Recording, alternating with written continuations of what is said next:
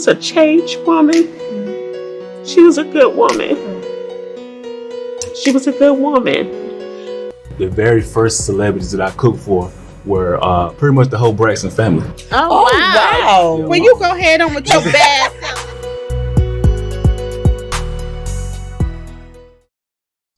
Hello, everyone. Welcome to another episode of Reclaiming My Life. Y'all, I know y'all heard me say it last week and the week before and this week. So what I tell you, I'm always excited to be here right here on Reclaiming My Life. But today, super excited. I mean, I can barely contain myself, okay? We have special guests. Oh, wait a minute, y'all. I told y'all I'm so excited, so excited. Let me introduce my co-host for today, my husband, James Massey. Yes. And look, we're excited. We're so excited to have special guests, Ashford Sanders.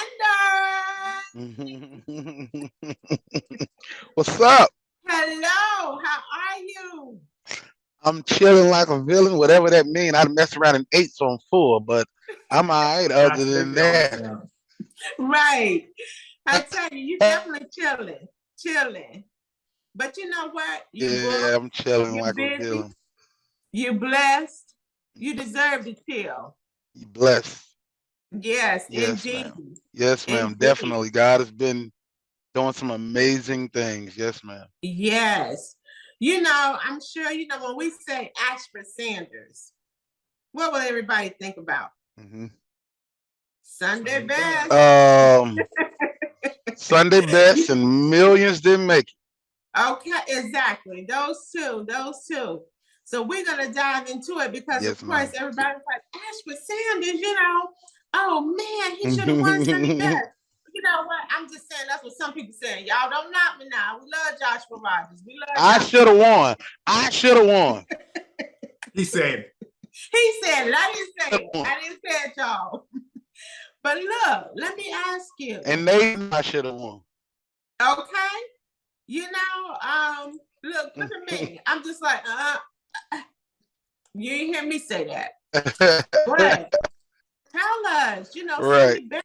I mean, you were the top 5 out of how many?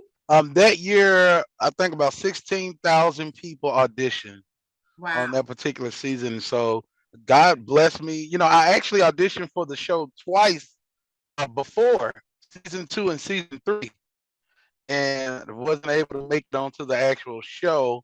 But I came back season 5 and auditioned, and from there, you know, God blessed, you know, opened that door. Won't he do it? Won't he will. And look, and what's the message? Won't he do it? What's the message there for the people? Well, my thing is, you know, you just can't stop trying, you know, because I was over Sunday best. Yeah, so actually I auditioned for the show season 3. It was Erica, Tina Campbell, and Donnie McClurkin. And I sung the song, "Oh How I Love Jesus, Oh How I Love Jesus, Oh." And Tina stops me and say, "Hey, I mean, I think you're good, but I don't think you can compete with the other guys in the competition." And Erica looks at her and says, "I think that was rude, and I think you have what it takes." Donnie, on the other hand, was like, "I'm gonna say yes because I want to see more guys in the competition." Well, ultimately, I didn't make it on the season, but when they aired it, the audition, I actually they showed my audition, but they had edited the footage to make it look like Donnie said no to me, and I was looking so pitiful. I was looking so. They added the little soft music in there, and they had Donnie saying, "My brother, you know, I'm gonna say no because the church is where your ministry is. That's where you're gonna prosper." But I'm like, he never said that to me, so I was over Sunday best. Wow. Now, season 5, I didn't go to Texas to do Sunday best. I went to audition for the X Factor in Austin, Texas, and so I'm always I'm a people person, so I was in the auditioning lines, and I'm just singing along with everybody, just being crazy. And I made it through all the rounds. And when I was leaving out the building, a young guy stopped me. He said, "Sir, I saw you in the line earlier, and I think your gift is phenomenal." He said Sunday best is in Dallas tomorrow. And so this was a Friday. They would have been in Dallas that Saturday. And I'm like, dang. So I had $60. That was enough gas to get back to Mississippi. Come on with the And Steve Harvey story. I looked at my drummer and I told my drummer, I said, bro, you want to go to Dallas? And he was like, whatever you want to do. So I go to Dallas. I use that gas money to go to Dallas. Mm-hmm. Get to Dallas, ain't got not one more dollar. Can't get a room, can't get nothing. And so lo and behold, call my mom. She wired us some money after fussing for like 2 hours. And yeah, she fussed for like 2 hours. I'm like, Mom, you're gonna send it anyway. So just send it. Let us be laying down while you fussing. But so Saturday morning, we wake up and I looked at my drummer and I thought about it. I know how this process works. If I make it today, I gotta come back tomorrow. Right. Which was Sunday. Well, I was a worship leader at the church. He was the drummer for the church. So I'm like, we can't. So I looked at him. I said, bro, let's just go back to Mississippi. He was like, why? And I said, because if I make it today, got to come back tomorrow. Can't come back tomorrow. He said, well, let's at least just go over there to the Potter's house to see what it looked like. Get to the Potter's house. It's about 3, 4, 5,000 people in there. I get my number and I'm sitting there. And I'm sitting there for like 2 hours. And then something hit me and said, bro, you're wasting time. You could be halfway home by now. So I get up to exit the door. One of the producers stopped me and said, sir, where you going? I said, well, man, I'm going to go home. She said, why? I said, because if I make it today, I got to come back tomorrow. I can't come back tomorrow because I got to be at church tomorrow. She said, it's a one-day audition. Wow. I said, huh? She said, Bishop Jakes them have church here tomorrow. She said, wait a minute. Your name Ashford Sanders? I said, yes, ma'am. She said, you auditioning season 2, season 3? I said, yes, ma'am. She said, come go with me. Oh, come on now. Favor. There you go. I bypassed the first 2 rounds of audition and went directly to Donnie. At that time, it was Donnie, I think Yolanda and CC or Kim Burrell was my judge that year for the auditions. And 3 weeks later, I got the call that I had been chosen to be on BET Sunday Best. Look at God. Yep. You know, that's a message in itself. That's a whole word for somebody out there where somebody told them no and they gave up. You know, keep moving. You know your worth, regardless of what people's putting in your ear that you can't, or you're not good enough. You keep moving. Don't listen to them naysayers. 100%. You know, we're gonna take a quick break and we're gonna come right back with more from Ashford Sanders. I'm a divorced single mom, and my ex-husband left me and the kids with a lot of unpaid bills, including unpaid taxes. I'm already living paycheck to paycheck. That would have put me over the edge financially. But then a friend at work told her to call the tax relief line. They told me about something called Innocent Spouse Relief. They worked it out so that all of the taxes from my ex are not my problem. I don't owe the IRS a dime, and they are not going to take my paycheck. The call and the consultation are free. Welcome back to Reclaiming My Life. We are here today with Ashford Sanders. Always my Sunday best, Ashford, tell us, you came up and you were the 3rd runner-up or the 5th runner-up, right? I was top 5. Top 5, yes. Yes, ma'am.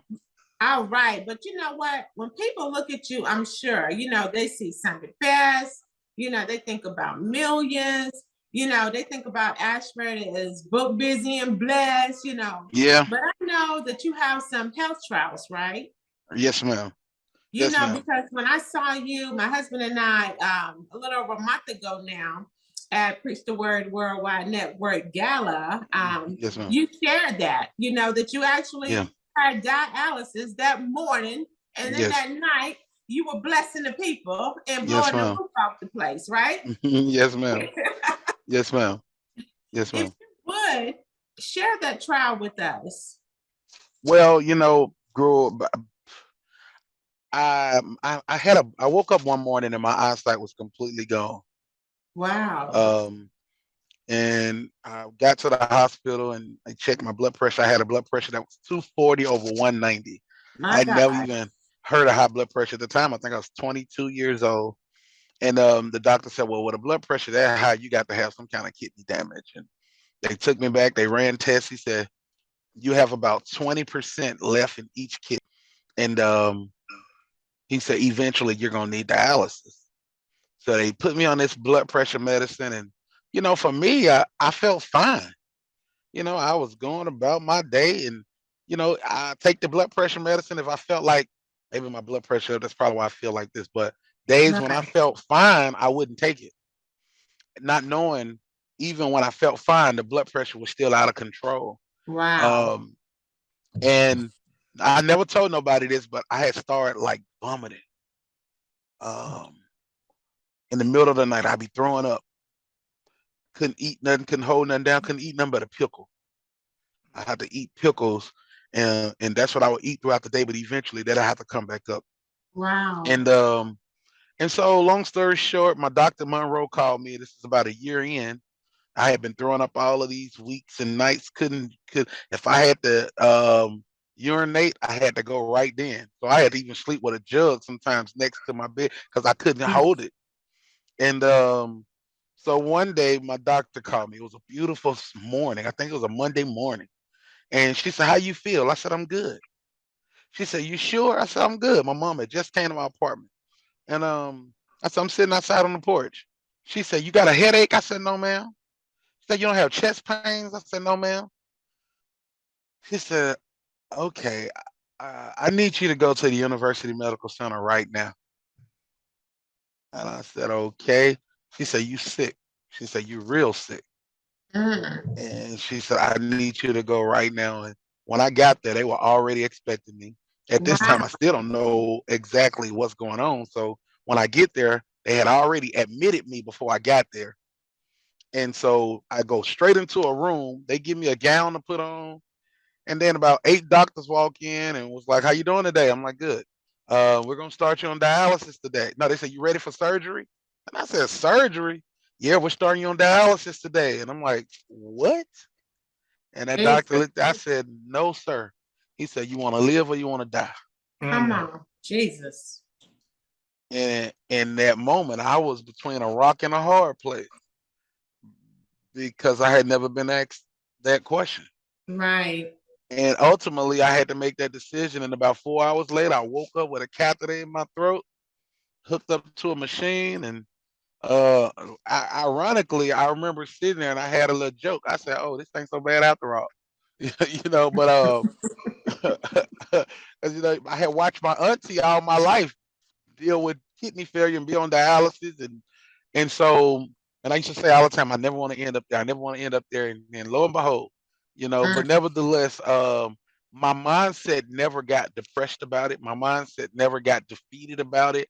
I was always like, okay, all right, we got to wear this and we got to figure out how to make this, you know, this is just something temporary that God is, it's the hand I'm dealt. So I got to play it the best I can, make the best out of it and keep pushing. And so Yeah. that's what I've done all of these years. Yes, I love that. You said the mindset because I say all the time, people have to change their mindset in order for the Hmm. situation to change.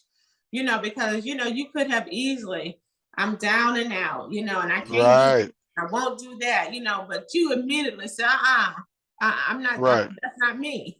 you know, right, I'm an right. entertainer and I love your sense of humor. You know what I'm saying? Yeah, yeah, yeah, I'm yeah, still here.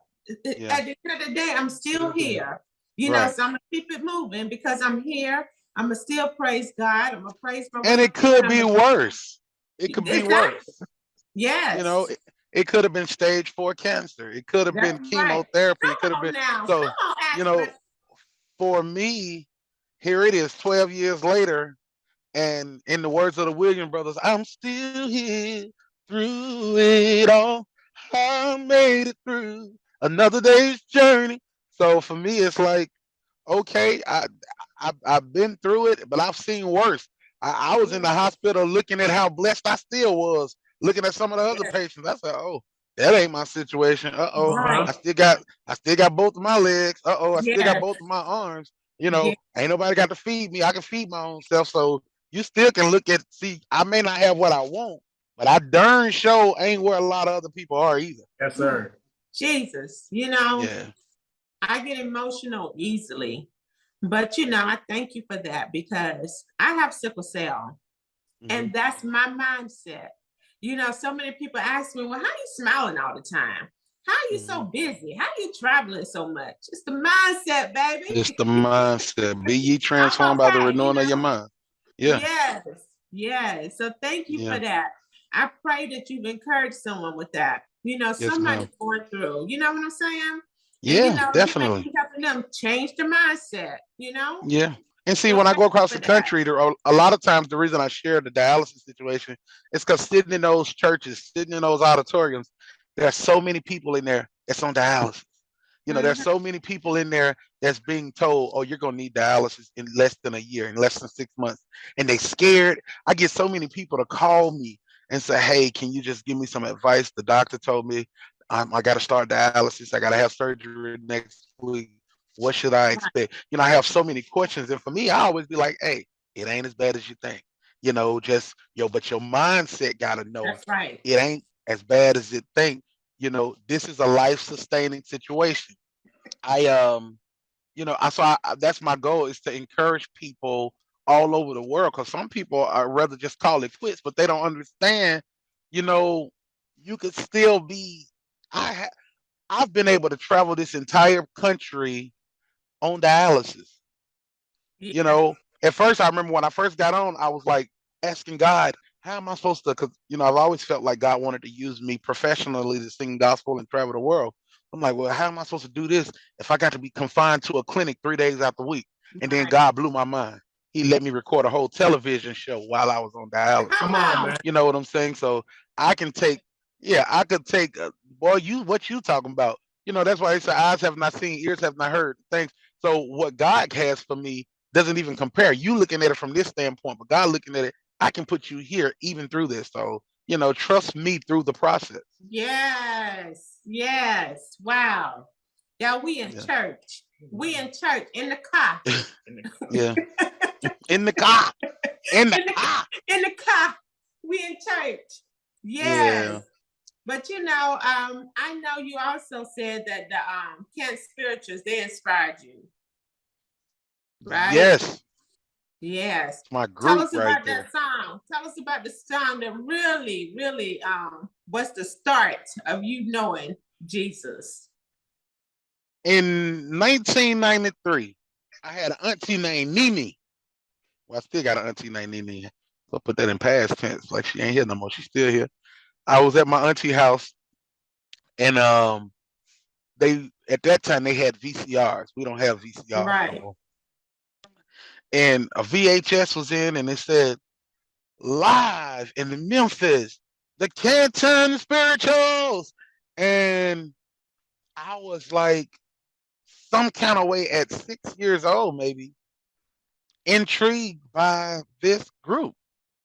I didn't know Jesus, I didn't know God, I didn't know church, but there was a song called Heavenly Choir. Yeah. And it talks about an old man that wanted to sing in the choir and they wouldn't let him. Right. And he died and went to heaven and said, now I'm singing in the Singing that heavenly heavenly choir. choir. Yes, sir. And for some reason, that song just sold me. I was a little boy sitting there crying because I felt so bad for that old man. All he wanted to do was sing. And all these years later, I said, wait a minute, that wasn't real. That was like that was never an old man that died and went to heaven and came back and said, I'm singing in the heavenly choir. Right. But I just said it was a parable. It was a parable. Like it was a parable, you know. But no, so from there, I knew I liked that song. It did something for me, and I was like, "That's the kind of music I want to sing. I want to sing Yes. music that can have like an impact on people, that can help people." And so from that early on, because I used to have an auntie named Martha, um, she would always push me to sing R&B. So she had me to learn the song. Aaron Hall used to have a song, I miss you, I'm talking to you, baby, I miss you. And so Yeah. as a little bitty boy, I fell in love with that song. I fell in love with the video, but it was just something about gospel music that just wouldn't leave, Right. you know. And so even now I tell people all the time, gospel music, everything is spiritual. When you're on stage, everything that's happening on that stage is spiritual. What your piano doing, what your guitar doing, what your bass guitar That's doing, right. everything matters because everything can taint or help the atmosphere. So you have to be able to feel what's going on around you. So that's why That's right. sometimes I be in rehearse with my band, one thing, and let's just say we supposed to come out with a high energy. How y'all doing tonight? Blah, blah, blah. But sometimes I may come out and they ready to but I come out and say, we give you all the glory. We worship you, our Lord. You are worthy to be praised. Because I Yes. respect what's in the room. You Right. have to That's right. respect what's in the room, you know. And a lot of Yes. artists fail because they're too concerned about trying to get in or trying to kill house or trying to allow God to. Who am I to come in and interrupt what God is doing in here? That's You right. know, Yeah. if I'm lined up with him, then I assist. I just come in and help. I accompany what's already here. You know. Absolutely. Absolutely. You know, Ashford, I tell you, you are a blessing. You have a Thank you. super testimony. You know, I know that you are inspiring people, you know, not only through your music, but you know, with your health trial. And they see Yeah. how that, you know, you are still persevering through the trial, Hmm. right? Yes. You know, I'm touched. You have truly blessed me on Thank you. many occasions. Yeah. Many Thank you so occasions. much. You are so To God be the welcome. glory. And I want you to let the people know how they can connect with you, how they can buy your music. And, you know, then, I mean, you already know I'm going to ask you to do a little bit of millions, you know, so they'll know Okay. why. You know, that's going to make everybody call you right there. Okay. I was gonna say, so I'm on all social media outlets, TikTok, Instagram, Facebook, Twitter, all of those places at Ashford Sanders. Also, if you would like to have me at your concert, your church, your auditorium, whatever you got going on, please contact Apostle Vera Howard. That number is 910-644-1824. And Millions is out right now on all digital outlets. You can get it on Spotify, Apple Music, all of those places. And I just connected with a gentleman by the name of Jason Claiborne about 2 weeks ago. We recorded a new single called On Time. And so hopefully we're going to be releasing that really, really soon, probably the top of the year. Um, but it's really, really good. It's a great song. Awesome. It's a great song. Ashford, I was You have going to ask. millions in your files. Ashford, I was going to ask before you sing. Any other future projects other than the one you just mentioned with Jason? Well, so we definitely working, but right now this is the biggest thing we got going on. Of course, I own a restaurant out here in Georgia called That's Good. That's good. We'll be there in a And couple of weeks. okay, hallelujah. Let me know when you come. I'm gonna make sure y'all taken care of. And then what I'm gonna do is I'm going to we got a grand opening coming up. And I'm gonna invite y'all out to the grand opening for the new restaurant. We already have a current location at 2929 Turner Hill Road, Stonecrest, Georgia. The new location is at 2002 Campbellton Road, Atlanta, Southwest Atlanta, Georgia. Okay, that was So it's gonna be really, 29, really great. 29. What is it again? 2929 Turner Hill All Road. right. That's gonna be Stonecrest, Georgia. Okay. All right. Mm-hmm. Gotta get you plugged out there. Yes. Yeah, let me know. We can make it do what it do. Okay, definitely will. We're gonna let you Yep. give us millions, and we're gonna get ready to look. We're gonna turn it out and be out. All right, that's cool. So here we go. Let's go with it. Let me know if it's too loud.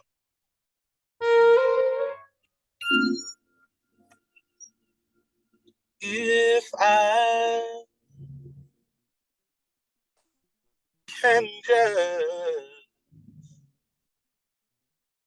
make it up there.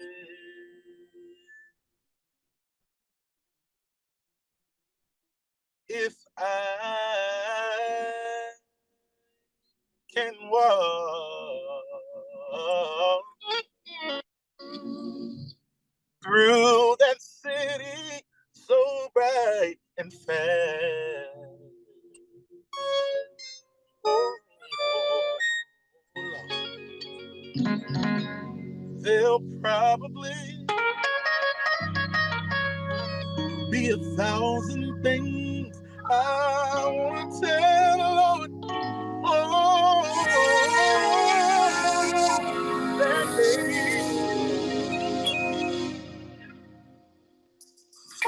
You know, millions didn't make it. I was one of the ones who did. Millions didn't make Come on, it. sir. Oh, yeah, gee. I was one of the ones. Oh,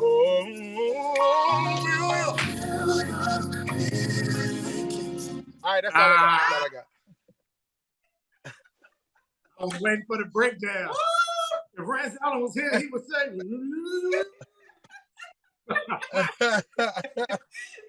You know, when I interviewed you on the radio this week, I told you I want to do a Jennifer Hudson movie, just throw my shoe at you. My God. That's what I'm trying to get to her show. That's what I'm trying to get to. Yes. All right. She actually reached out to me about a year or so ago, but just to say hey. But yeah, I'm trying to get there. Yes. I think that'll be blessed, sir. Indeed. Ashford, Yeah. thank you so much for joining us today on Reclaiming My Life. Please keep doing what you're doing, because, you know, through your music, you are definitely helping people reclaim their lives. You know, when people are going through trials and trauma, you know, and they're listening to you and any artist, you know, that's blessing them. You know, music is ministry, you know, so it's definitely helping people reclaim. So thank you so much. We love you. No problem. Thank y'all. Love y'all. Thank y'all for having me. Continue to be a light. I'm going to invite y'all to that grand opening now. I want y'all to be there. We will be there. We will definitely be there. Continue to be a light in this world, sir. Yes, sir. Thank y'all so much. Thank you, sir. Yes. And to our audience, thank you so much for tuning in once again to Reclaiming My Life. Be blessed. When you fall and can't get help, you will lie on the floor for hours or days in constant, terrible anguish, which often results in a tragic outcome. But with Life Alert, one touch of a button can get you help fast. Don't worry, help is on the way. With any of Life Alert's 3 emergency systems, help can be summoned immediately, whether at home, I've fallen and I can't get up. in the bathroom, I've fallen in the shower. or on the go. Help! I'm in the park and I can't get up. And batteries never need charging. Life Alert saves a life every 11 minutes. For a free Life Alert brochure, call 1-800-634-0945. That's 1-800-634-0945. Call now, 1-800-634-0945.